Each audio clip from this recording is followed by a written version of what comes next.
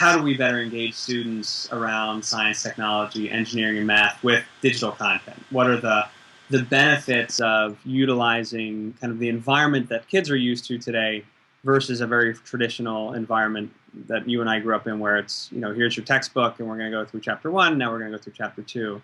And so we see a lot of benefits just in kind of that student engagement piece and getting kids excited about science by delivering it, one, in a language that they naturally understand, which is a highly rich media, interactive, social environment.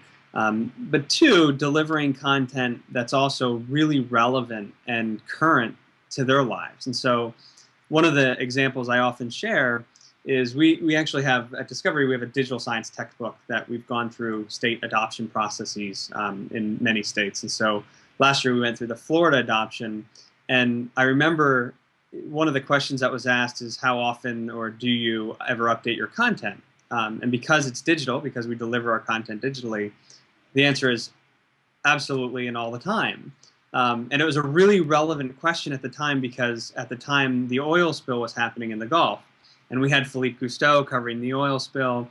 And quite literally, the textbooks that were there being reviewed had no reference to the oil spill, and nor will they for the next 6 to 7 years as those kids are using them. And here we are in the state of Florida, that something that's happening that's so relevant to those kids and those classes and the ecosystem and really affects for years to come. And so we were able to kind of include that content within their quote unquote, I'll do it on the screen, quote unquote textbook. And that information is always available. So we have information on the tsunamis in Japan, on the tornadoes in Joplin. And so for us, not only do we want to deliver rich content to students in a format that they're really familiar with in their everyday lives, but we want to do it in a really relevant and accurate and meaningful way, if you will.